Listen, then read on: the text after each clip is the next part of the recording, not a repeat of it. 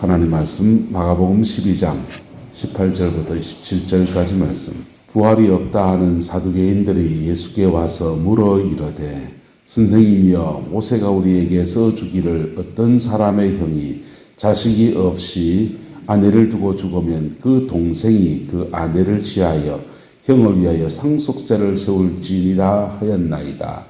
실형제가 있었는데 마지가 아내를 취하였다가 상속자가 없이 죽고 둘째도 그 여자를 취하였다가 상속자가 없이 죽고 셋째도 그렇게 하여 일곱이 다 상속자가 없었고 최후에 그 여자도 죽었나이다. 일곱 사람이 다 그를 아내로 취하였으니 부활 때 곧 그들이 살아날 때에 그 중에 누구의 아내가 되리까? 예수께서 이르시되 너희가 성경도 하나님의 능력도 알지 못함으로 오해함이 아니냐. 사람이 죽은 자 가운데 살아날 때에는 장가도 아니가고 시집도 아니가고 하늘에 있는 천사들과 같으니라. 죽은 자가 살아난다는 것을 말할진대 너희가 모세의 책 중 가시떨기 나무 떨기에 관한 글에 하나님께서 모세에게 이르시되 나는 아브라함의 하나님이요 이삭의 하나님이요 야곱의 하나님이로다 하신 말씀을 읽어보지 못하였느냐. 하나님은 죽은 자의 하나님이 아니요 산 자의 하나님이시라. 너희가 크게 오해하였도다 하시니라. 아멘. 예수님께 예루살렘에 왔을 때 책 잡으려고 모이지 않아야 될 사람들이 모여들었습니다. 하나는 헤롯 당이고 또 한 사람은 제사장들이었고 또 한 그룹은 서기관들이었습니다. 이 세 그룹은 유대 나라의 세 가지 당파라고도 말합니다. 서로 당파라는 말도 좀 이상해요. 그냥 자기들끼리 그룹이에요. 여기에 빠진 그룹이 있습니다. 에세네파, 열심당 빠졌습니다. 열심당은 뭐냐? 혁명분자들. 에세네파는 광야에 나가 따로 사니까 빠져 있습니다. 그래서 총 5개의 그룹핑이 있는데 그 지도자 그룹과는 5개의 그룹핑이 있는데 헤롯 당은 로마의 앞잡이가 되어버린 식민지 통치 시대에 식민지 지배하는 로마의 편을 들어서 그렇게 정권의 실세를 차지하는 그런 사람들입니다. 헤롯 당입니다. 제사장들은 성직을 레위 지파만 해야 되는데 이들이 매매를 했습니다. 그래서 거기에 일부는 레위 지파고 일부는 돈 주고 다른 사람들이 거기 들어가서 기득권이 되어버린 그런 사람들, 섞인 사람들입니다. 그리고 민족주의자들이 있습니다. 바리새인들입니다. 서기관들입니다. 그래서 바리새인들은 사두개인들을 좀 멸시했고 그리고 헤롯 당은 아주 경멸했습니다. 근데 헤롯 당과 사두개인과 그리고 바리새인이 한자리에 모여서 예수님을 책잡고 예수님을 비난하고 예수님을 공박하려고 모여들었습니다. 평소에는 이들이 사이가 좋지 않았습니다. 좋지 않았고 그저 바리새인들은 지방에 있는 해당의 신학고개를 중심으로 해서 백성들의 생활신앙을 지도했고 그리고 1년에 몇 번씩 절기 때마다 예루살렘 성전에 가서 중앙성소를 감독하는 사람들이 사두개인들이었습니다. 그 사두개인과 바리새인들은 그렇게 권력을 분점했고 산헤드린 공회를 만들 때도 바리새인과 사두개인이 일정한 비율로 나누어서 그렇게 이제 현실적인 지배계층이니까 그렇게 의회를 구성하던 사람들입니다. 둘 사이는 그렇게 썩 좋지는 않았습니다. 사두개인들은 성경을 창세기, 출애굽, 레위기, 민수기, 신명기 그렇게 모세의 5경만을 성경으로 봤고 나머지 성경들은 그냥 참고서적 정도였습니다.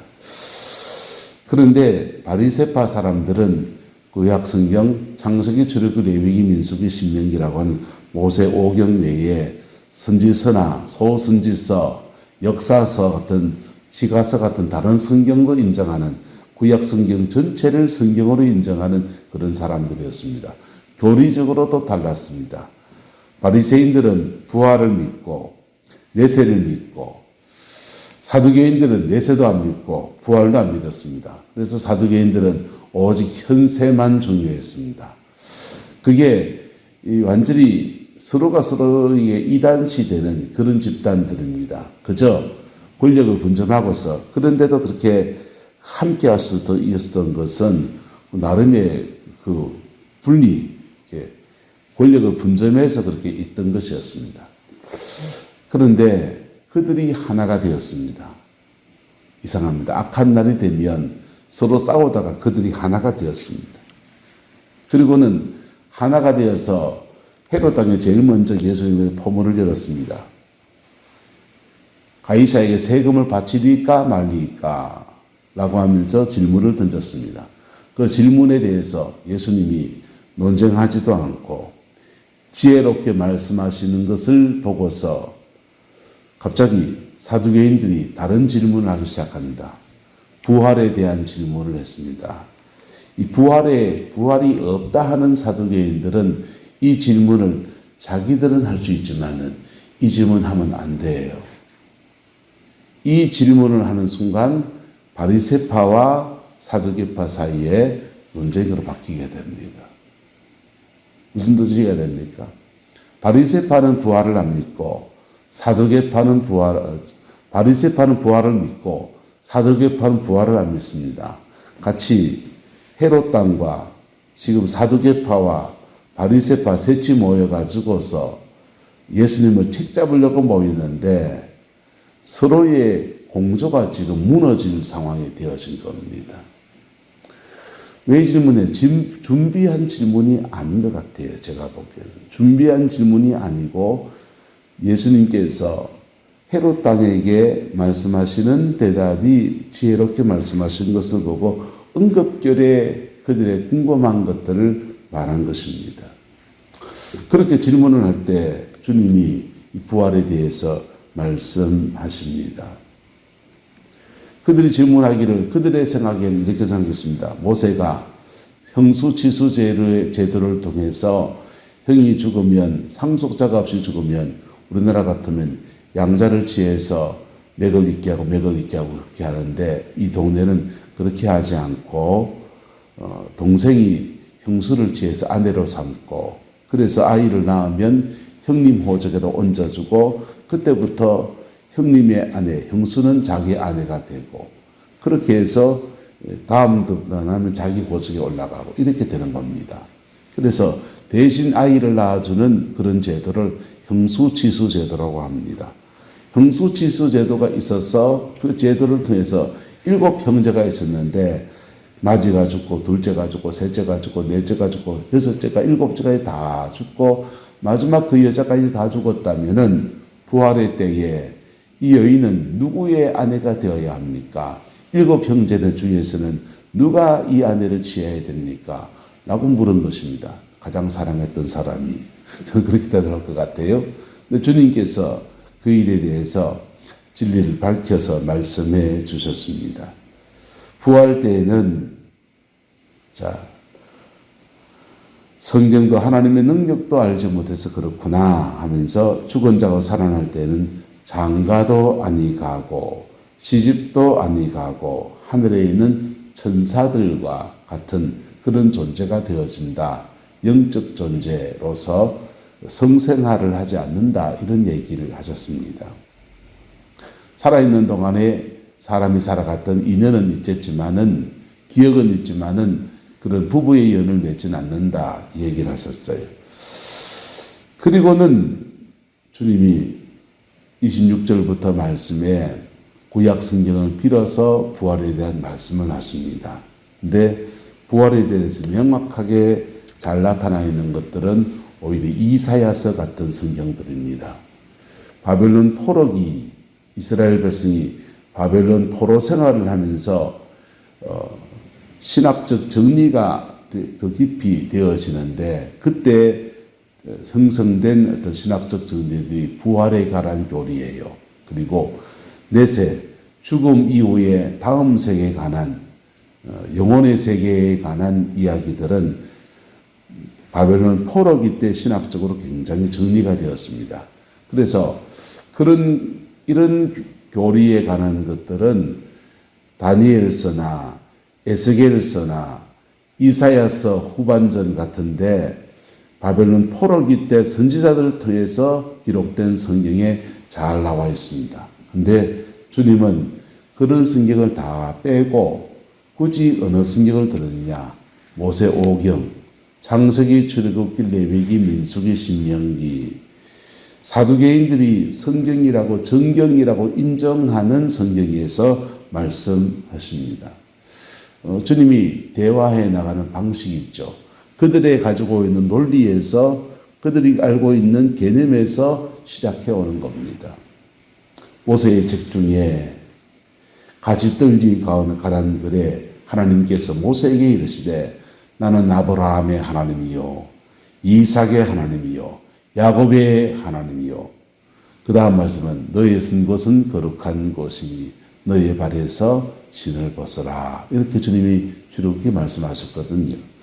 그 말씀을 읽어보지 못했느냐? 모세 오경에 하나님께서 모세에게 나타나실 때 이미 돌아가신 아브라함의 하나님이라고 하시고 이삭의 하나님이라고 하시고 야곱의 하나님이라고 하시고 하나님은 죽은 자의 하나님이 아니시고 산 자의 하나님이시다 라고 하시면서 모세 오경의 말씀을 빌어서 부활에 관한 말씀을 해 주십니다.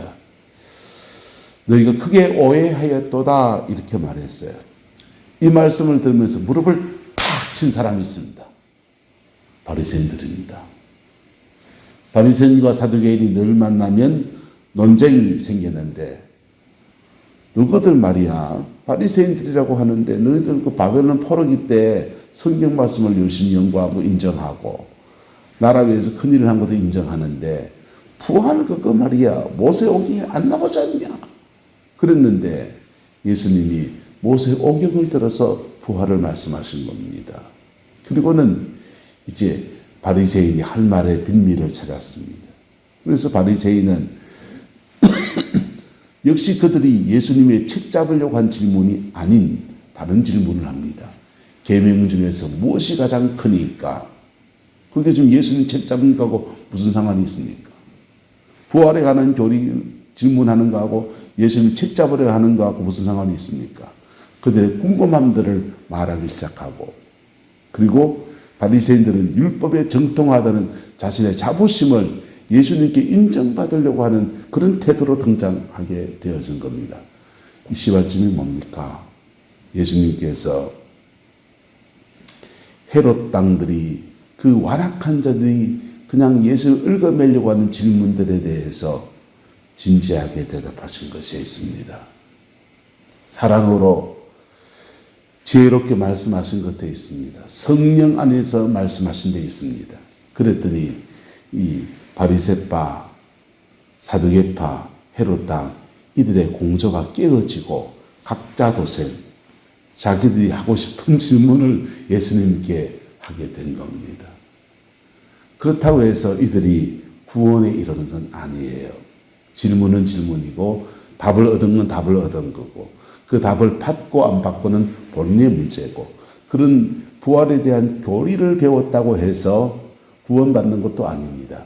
구원은 십자가 예수 그리스도와 인격적 관계 안에 들어가는 것입니다.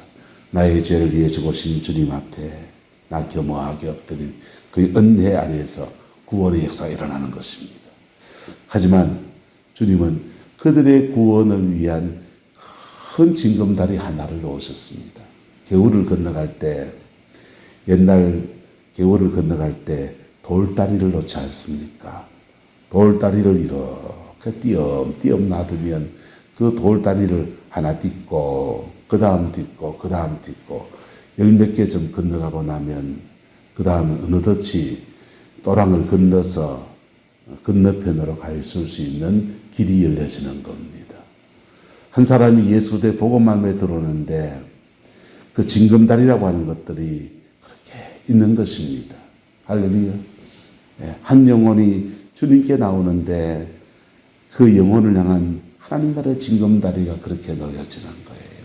예수님은 천하 만물의 주관자이시고 가장 지혜자이시고 세상에 누구에게도 없는 그 강력한 성령의 능력과 권능이 있지만은 주님은 바리새파, 사두개파, 헤롯 땅 그들에게 각각 그 영혼의 징검다리를 하나 놔주신 겁니다. 그리고 세월이 지나서 또 다른 누군가의 징검다리가 놓여졌을 때 그들의 영혼이 예수께로 나오는 은혜가 있게 되었습니다. 이들 중에 예루살렘 교회 부흥이 일어났을 때 예수님을 핍박하고 제자들을 핍박한 사람도 일어났겠지요. 근중에. 그러나 성경은 사도행전은 말합니다.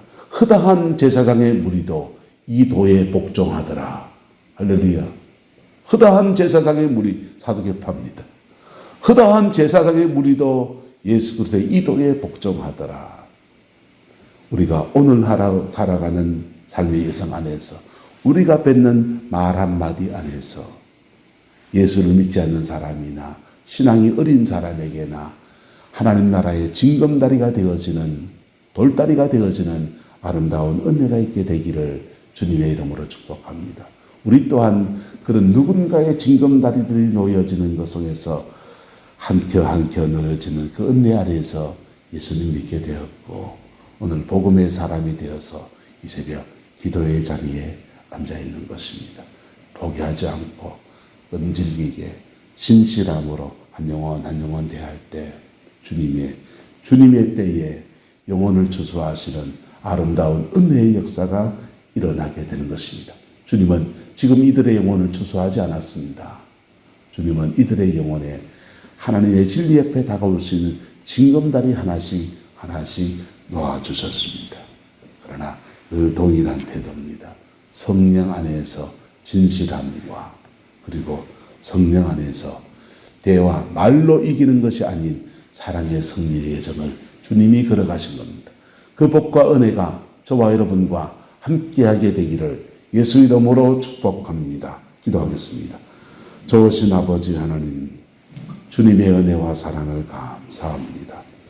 예수님 안에서 날마다 진리가 새로워지게 하시고 그 진리 안에서 우리 영혼이 날마다 새로워지는 은혜가 있게 축복하여 주옵소서.